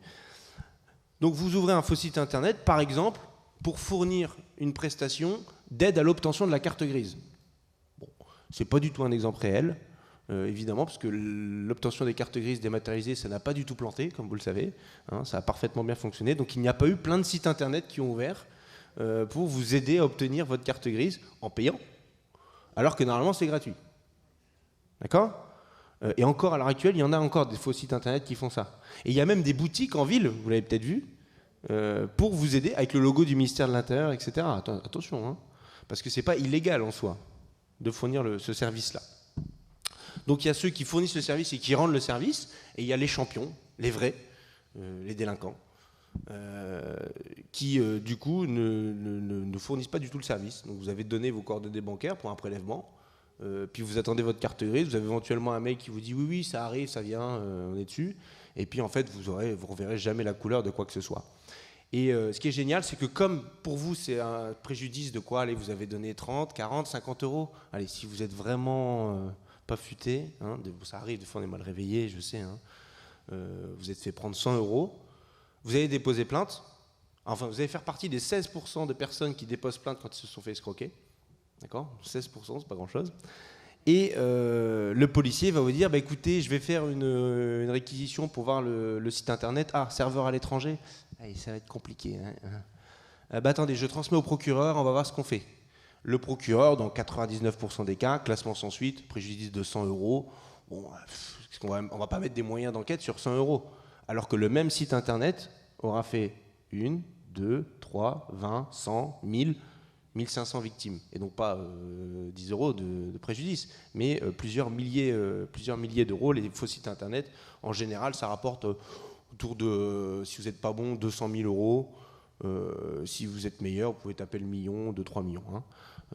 Voilà. Donc ça c'est pas mal, le faux site internet, parce qu'en plus, vous faites ça derrière votre écran, tranquillement posé, l'argent tombe. Et alors le mieux, c'est qu'en plus, si vous faites un site internet qui ne vend pas, vous faites une fausse prestation, ou une prestation en deçà, un truc où vous vendez 30 euros, en fait en vaut 5, bon. Là vous allez vous faire prendre par une autre administration des finances qui en fait ne va pas utiliser le code pénal pour dire que vous avez fait une escroquerie, parce que c'est trop compliqué, faire un procès verbal, faut qu'il y ait les policiers, machin, bon, procédure. Donc on va vous appliquer une amende administrative pour publicité mensongère ou équivalent. Et donc on va vous appliquer un pourcentage, une pénalité qui est un pourcentage de votre chiffre d'affaires, qui a un plafond, je crois que c'est 5%, un truc comme ça. Donc, je récapitule. Vous ouvrez une société bidon qui fait un faux site internet qui vend une prestation bidon, vous engrangez 1 million, vous vous faites attraper par Bercy, qui n'a pas le temps de... Bon voilà, et vous met une amende de 5% de 1 million. Et donc le reste, bah, c'est pour vous. Voilà, bravo. Félicitations. Donc, on va passer... Vous le dites pas, hein, ce qu'on se raconte là. Hein. Non, parce qu'après, je vais avoir des problèmes. Hein. C'est filmé ? C'est filmé. Bon, vous n'en parlez pas trop quand même. 3e exemple. Les chèques volés. Chèques volés, c'est pas mal. Bon, alors par contre, il faut voler un carnet de chèques. Donc ça, je vous laisse vous débrouiller sur cette étape-là. Il y a beaucoup de vols de carnets de chèques sur les centres de tri qui les envoient. Je dis ça, je dis rien. Ou sur les transports. Ou bon, des fois, vous voyez l'enveloppe un peu plus épaisse dans le casier. Hein, dans les immeubles, il y a souvent des effractions de boîtes aux lettres. Ça arrive. Alors, le chèque volé, c'est génial parce que ça vous permet de passer par un tiers. Comment ça marche ? Pareil, vous mettez une annonce sur Le Bon Coin ou sur Facebook, sur ce que vous voulez, sur des pages d'entraide, peu importe. Et vous dites, voilà, j'ai un problème, je suis interdit bancaire ou j'ai pas eu le temps d'ouvrir un compte. Vous mettez une annonce en disant, je cherche quelqu'un qui peut déposer sur son compte 2000 euros et il m'en rend, pour le service rendu, il m'en rend qu'une semaine, 2 semaines plus tard, quand j'aurai réussi à ouvrir un compte, il m'en rend 1800 et la personne, et vous gardez 200 pour le service rendu. D'accord ? Et bien, il y a des gens qui répondent à ces annonces. Voilà.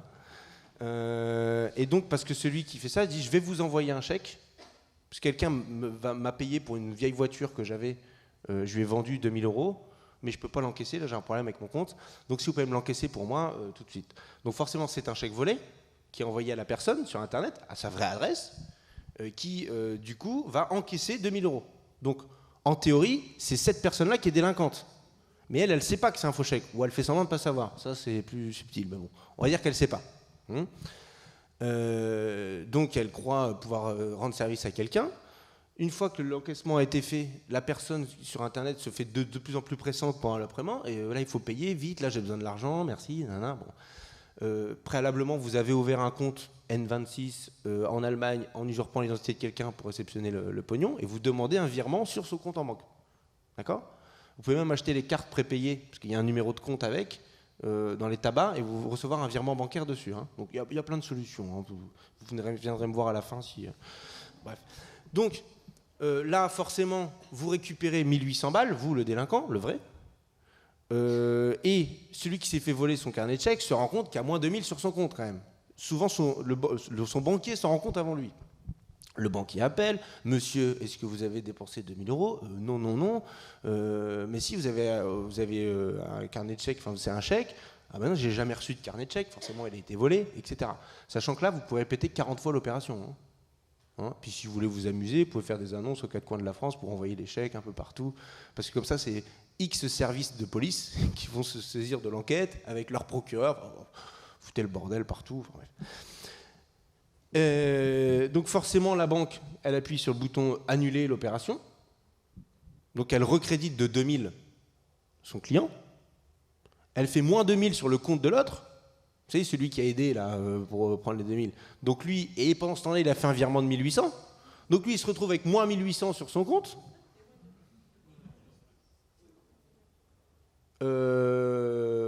Bon, et puis, donc c'est celui-là qui va voir la police. Mais je comprends pas. J'ai rendu service à quelqu'un. C'est ce qu'ils nous ont appelé les fausses victimes. Alors les policiers ils sont là. Vous êtes bêtes quand même. Bon, une fois que vous avez dit ça, vous n'avez rien réglé. Mais sauf que pour choper le type derrière, on repart dans le même circuit de problématiques. Si vous passez. Alors pourquoi je vous ai dit un compte en Allemagne, la petite astuce, hein, c'est que en France, on a le FICOBA, le fichier des comptes en banque. Fichier compte, banque, bas, FICOBA. Bon, il y a la même pour les assurances. Ce qui fait que quand on a un numéro de compte, on cherche dans le fichier, bim, ça nous dit dans quelle banque c'est et à quel nom c'est. Ok, instantanément, pas quasi instantanément. En Allemagne, non, ils n'ont toujours pas ça. Donc quand les policiers ont un numéro de compte, ils doivent interroger toutes les banques, une à une, en espérant que ça matche. C'est ça la bonne banque. C'est pas évident, hein. Non, c'est pas évident. Donc passer par l'Allemagne. Alors, ça va être bientôt, ils vont avoir aussi l'équivalent du FICOBA. Donc dépêchez-vous quand même, hein, pour l'astuce. Voilà. Mais pour l'instant, ça marche. Donc voilà, les systèmes de chèques volés, c'est pas mal. Il y a d'autres exemples de trucs en ligne que vous avez vus. On vous dit de gagner de l'argent facile. C'est ce qu'on appelle la pyramide de Ponzi ou le système de Ponzi. C'est un vieux truc, hein. Un tellement vieux truc, c'est Bernard Madoff qui a excellé dans le truc parce qu'il a fait la pyramide de Ponzi la plus longue de l'histoire. 48 ans, je crois, ça a duré. Un truc comme ça. Qu'est-ce que c'est la pyramide de Ponzi ? Pas très compliqué. Vous dites à quelqu'un, écoute, tu me donnes 100, je t'en rends 112 dans 6 mois, parce que là, j'ai un bon plan, j'ai un investissement de l'or en barre. Vous prenez les 100, et vous dites à un autre type, tu me donnes 100, je te donne 112, mais un mois plus tard, hein, d'accord ? Et avec les 100 que vous avez eu de ce type-là, vous payez 112 à plusieurs autres qui sont contents parce que ça y est, ils ont été rémunérés, ils ont eu leur 112. Donc vous lui dites, là vous m'avez donné 112, j'ai été honnête, je vous ai promis 112, mais donné 100, vous avez donné 112. Si vous me donnez 1000, je vous donne 1300. Le type donne 1000, etc. Et le système se nourrit par les nouveaux qui arrivent sur le bazar en pensant aussi gagner de l'argent. Alors tout ça fonctionne tant qu'il y a des gens qui arrivent. Tant qu'il y a des gens qui arrivent et qui donnent, donc Bernard Madoff, pendant 48 ans, il y a des gens qui sont arrivés et qui ont donné, quoi. Truc de dingue, hein. Sauf qu'à un moment donné, il y en a un qui veut récupérer son argent. Et c'est là où ça fout le bordel, quoi. Et donc c'est pour ça que c'est une pyramide, c'est un fonctionnement pyramidal, et c'est là que tout s'effondre. C'est pour ça que Madoff, il y a quelques-uns qui ont commencé à vouloir récupérer leur pognon, il a dit j'ai pas les sous. Donc forcément, mais ça marche bien. Vous pouvez le faire un petit faux site internet, pareil, vous promettez, et puis, donc, on repart sur les mêmes schémas. Et puis il y a évidemment, et je vous fais un peu de message de prévention, le hameçonnage, coup classique, vous recevez le vrai faux mail de la DGFiP, ou le vrai faux mail d'EDF, ou le vrai faux mail de la banque, de votre banque, etc., qui vous dit non mais il y a eu un problème là, il faut que vous nous redonniez vos coordonnées bancaires parce qu'on a eu un bug informatique, donc si vous pouvez nous donner tout, donnez-nous tout, hein, de toute façon c'est pour votre bien. En général il y a des fautes d'orthographe dans ces mails-là. Pas toujours, il y en a qui sont bons, mais dans beaucoup de cas il y a quand même des fautes. Donc l'orthographe, c'est quand même un bon moyen de détection de ces conneries. Et puis regardez l'adresse mail, souvent c'est pas la vraie adresse mail. Enfin voilà, vérifiez à 2 fois. Énormément de gens se font avoir. 1,6 million de personnes concernées par une escroquerie en ligne en 2018. D'accord ?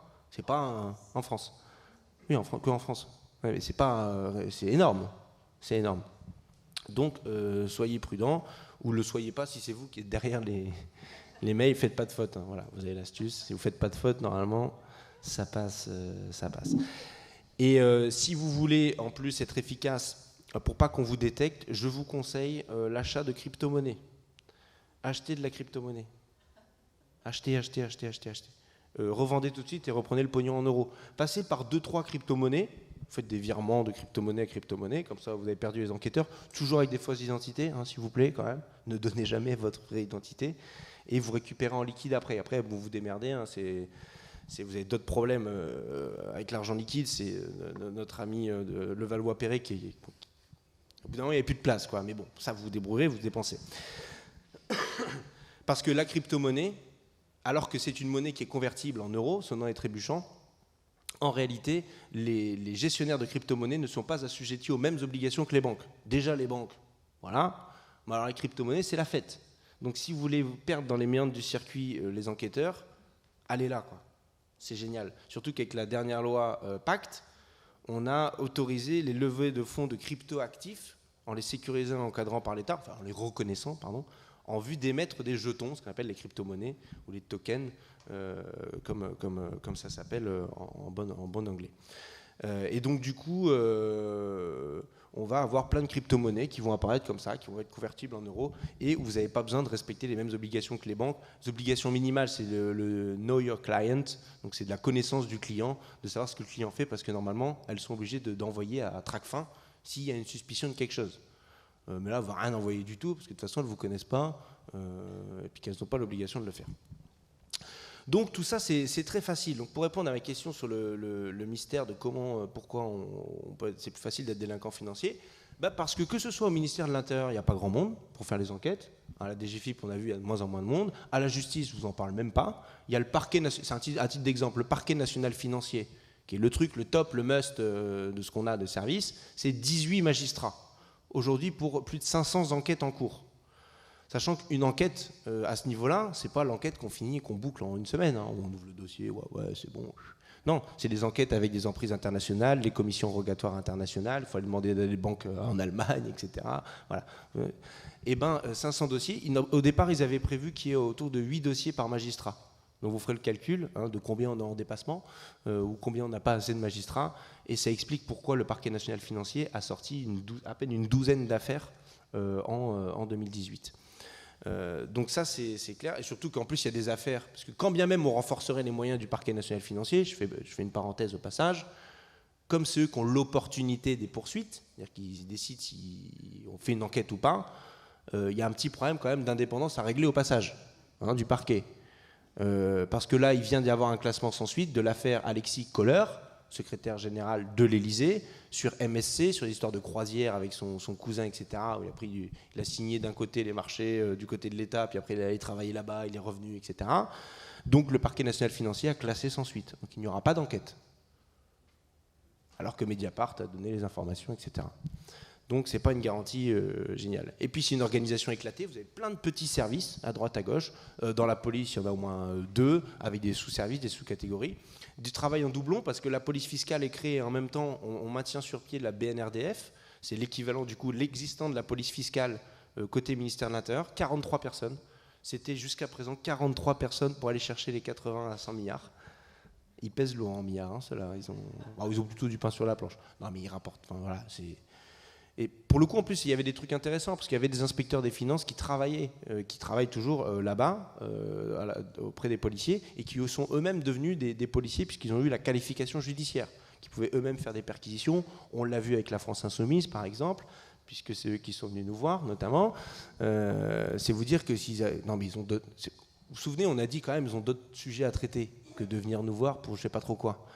Parce que c'est le même service qui s'occupe des grosses affaires à plusieurs millions, plusieurs milliards d'enjeux. Rendez-vous compte. Bon. Voilà, le ministère de la Justice, en plus, en région. Alors si vous êtes en région, c'est parfait. Il y a les JIRS, les juridictions interrégionales spécialisées, avec des magistrats spécialisés. Donc pour la GIRS de Lille, qui va de la Normandie jusqu'à Troyes, ok, beau morceau de la France, hein, pas du tout grand, ça se fait bien en train, ça se fait bien. Non, ça se fait pas bien en train. Non, vous avez 2 magistrats spécialisés en financier à l'instruction. Donc ce que vous avez au PNF, vous l'avez localement et vous descendez en cascade comme ça. Pareil, le manque de policiers au niveau national, quand vous êtes au niveau local pour votre chèque volé ou votre escroquerie sur Internet, c'est pareil. À Lille, pour le Nord, la police dans le Nord, donc la DDSP, c'est elle qui gère elle ne fait pas que nous taper dessus, elle gère aussi la petite délinquance. C'est 9000 affaires économiques et financières à l'année pour une trentaine d'enquêteurs. Donc autant vous dire qu'il y a des classements sans suite. Hein. Des trucs qu'on laisse sur le bureau. Bon. Donc allez-y. Hein. Tout ce que je vous ai dit tout à l'heure, allez-y. Hein. C'est le moment. Hein, parce que peut-être qu'après on va recruter. Donc voilà, faites gaffe quand même. Donc voilà. Et puis aussi parce que donc, le risque de se faire attraper est très faible. Voilà pourquoi il vaut mieux être délinquant financier. Le gain est assez rapide. Le procédé est plutôt facile. Hein. Vous avez compris, vous avez pigé le truc.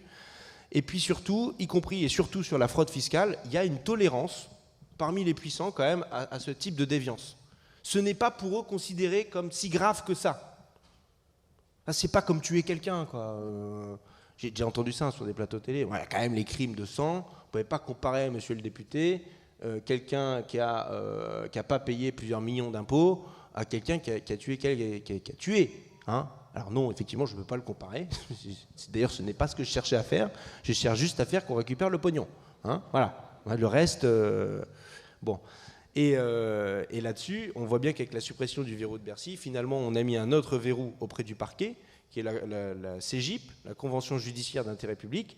La négociation que vous pouviez faire avant avec Bercy, d'un point de vue administratif, sans être inquiété, sans être reconnu coupable, où vous régularisez tranquillement, à la bonne franquette, hein, et bien maintenant, vous pouvez le faire, mais avec le procureur, qui d'ailleurs le fait. Le parquet national financier le fait. Il n'y a qu'un dossier où ils ne l'ont pas fait parce que le juge n'a pas homologué la convention judiciaire d'intérêt public. Il a dit non, mais là, non, c'est le dossier HSBC, non UBS ou HSBC UBS, je crois, UBS, où finalement il y a eu une amende de plus de 3 milliards, alors que la CJIP prévoyait de ne faire payer que 2 milliards à l'entreprise. La convention, à la bonne franquette, prévoyait 2 milliards seulement pour faire entrer dans les caisses. Donc là-dessus, il y a clairement, ça a été identifié notamment par le sociologue Alexis Spire, et je vais m'arrêter là-dessus, parce que ces gens-là n'ont pas l'impression d'être des délinquants. C'est pourquoi il y a Manon qui fait une conférence aussi après sur l'évasion, la fraude fiscale. Moi, je suis favorable pour qu'on pousse de plus en plus ce terme de délinquance économique et financière. Ce mot de délinquance, on pourrait même dire criminel, parce que normalement délinquance c'est moins de 2 ans de peine d'emprisonnement, et plus de 2 ans vous êtes passé dans le crime. Hein. Délinquant ou criminel, peu importe, parce qu'il faut bien qu'on appelle un chat et qu'on caractérise ces comportements qui ne sont pas acceptables aux yeux des gilets jaunes, aux yeux des Français et des Français, aux yeux des insoumises et des insoumis. C'est une évidence. Et puis ceux qui ne sont pas à l'aise avec Internet, il va falloir s'y mettre. Hein. Vous avez compris que c'est là que ça se passe. Parce que c'est facile, vous êtes tranquillement derrière votre écran, vous regardez tomber les euros. Et puis du coup, on va passer une séance de questions-réponses, mais j'espère que vous avez bien pris des notes, parce qu'on se revoit l'année prochaine et on fait les comptes. Hein. D'accord ?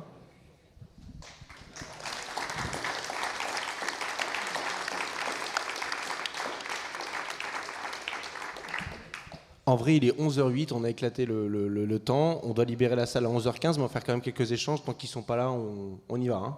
OK ? Allez. Bon, très vite, je fais l'avocat du diable. Est-ce que tout ça, toutes ces régressions de notre côté, de notre point de vue, est-ce que malgré tout, il y a eu une floraison d'entreprises en France ? Est-ce que ça donne quelque chose de leur point de vue ?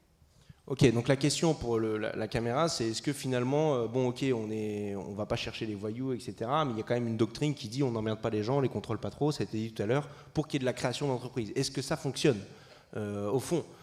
Eh ben non, c'est pas terrible, hein, parce que même si le chômage baisse, c'est-à-dire le nombre de personnes qui sont au chômage recensées baisse, le nombre de gens qui ne travaillent pas ou qui ne trouvent pas de boulot, lui, il n'a pas baissé.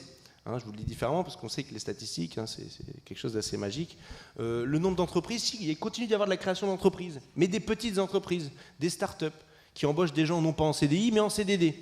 Et il risque d'y avoir quand même une diminution du chômage, et donc du nombre d'emplois qui va augmenter, parce que l'emploi précaire va augmenter. C'est ce qui s'est passé en Angleterre, c'est ce qui s'est passé en Allemagne. Donc vous avez plus de gens qui bossent, moins de gens qui sont au chômage, mais plus de gens qui sont des travailleurs pauvres, précaires, avec peu de temps de travail, et qui du coup ne comptent pas dans les statistiques du chômage.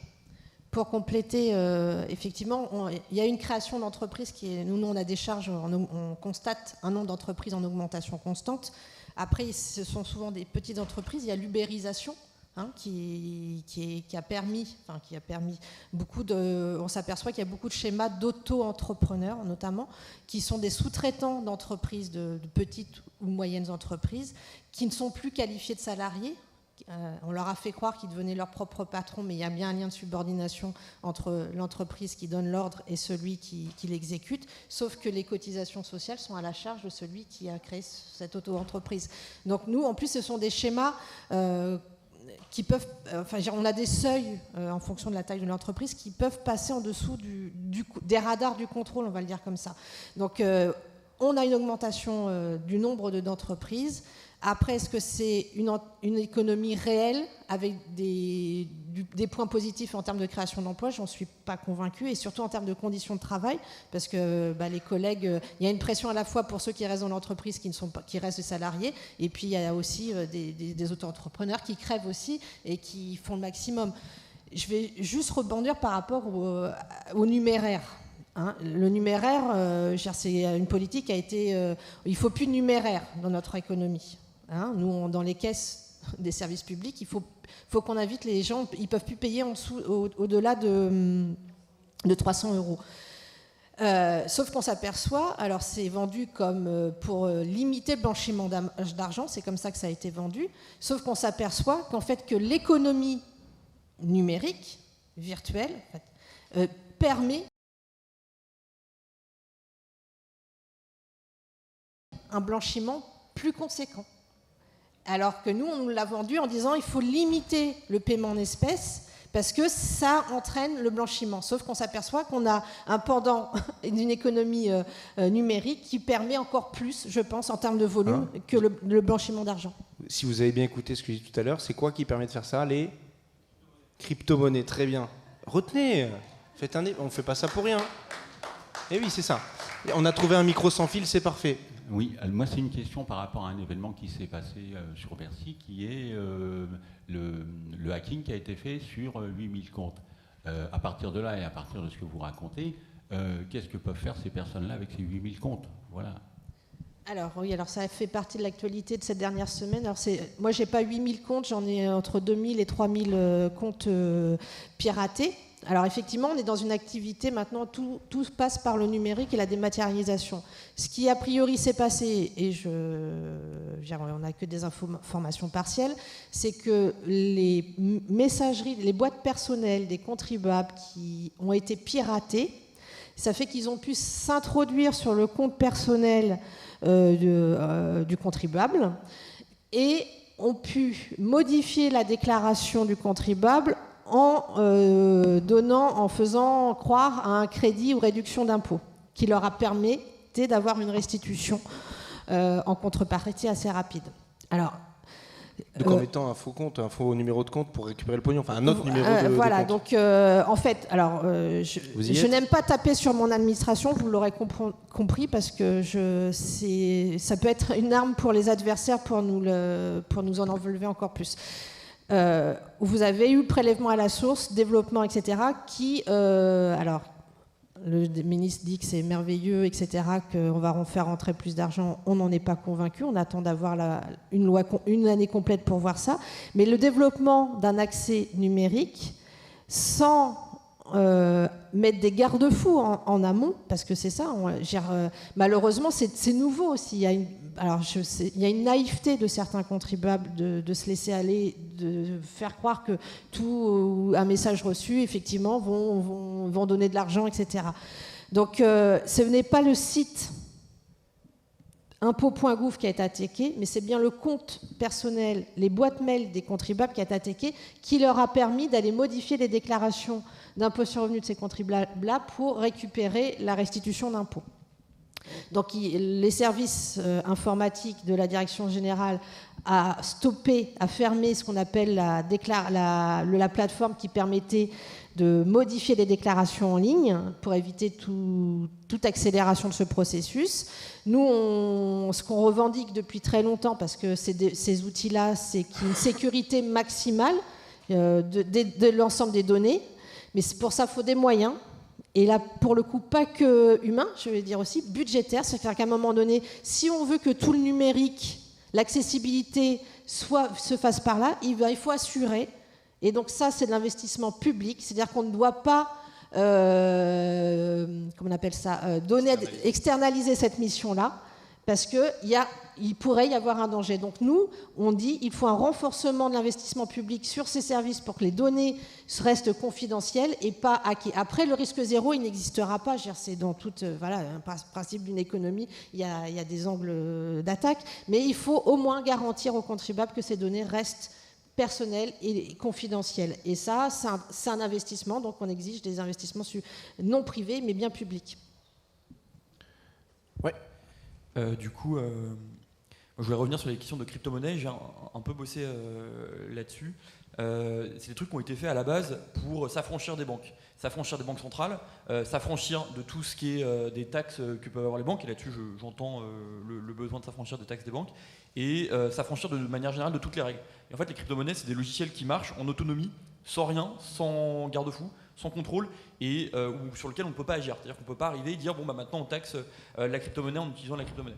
Du coup, à titre personnel, je suis vraiment contre les crypto-monnaies et je pense qu'une position entre guillemets de gauche qui veut réguler l'économie, on ne peut pas être d'accord avec les crypto-monnaies. Et je voulais savoir si la France Insoumise avait des positions un peu là-dessus. Est-ce qu'on est contre les crypto-monnaies de manière claire, officielle? Est-ce qu'il y a un truc qui a été écrit là-dessus? Voilà. Non, on n'a pas écrit qu'on était contre les crypto-monnaies. Se pose la question de la sécurité juridique. Je pense que techniquement, on peut avoir des crypto-monnaies qui soient assujetties aux mêmes obligations que les banques. On saurait le faire.